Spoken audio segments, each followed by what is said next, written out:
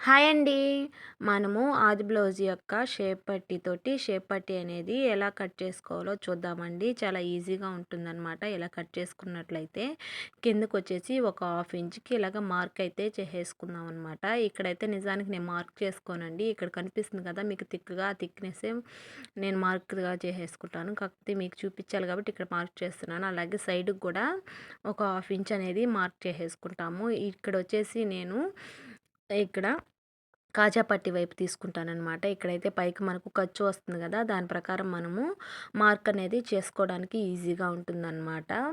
ఇలా ఖర్చు వచ్చిన వైపు మార్క్ చేసుకోవడానికి ఈజీగా ఉంటుందని ఇలా తీసుకుంటాను. ఇక్కడ ఖర్చు వచ్చింది కదా! ఇక్కడ ఒక వేలు పెట్టేసుకొని అక్కడ కరెక్ట్‌గా ఒక మార్కింగ్ అనేది ఇచ్చేసుకుంటాను.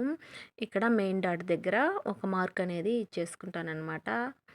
అలాగే లాస్ట్‌లో కూడా మనకు కరెక్ట్‌గా ఉండే విధంగా చూసుకొని ఒక మార్క్ అనేది చేసేసుకుంటాను. ఇలా చేసుకున్న తర్వాత కొంచెము ఎక్స్ట్రాగానే మార్క్ చేసుకుంటాను. ఎందుకంటే ఒకవేళ క్లాత్ సరిపోతుందో లేదో అనేసి. ఎందుకంటే ఎక్కువైనా పర్లేదు కానీ తక్కువైతే ఇబ్బంది పడకుండా ఉండే విధంగా మార్క్ చేసుకుంటాననమాట.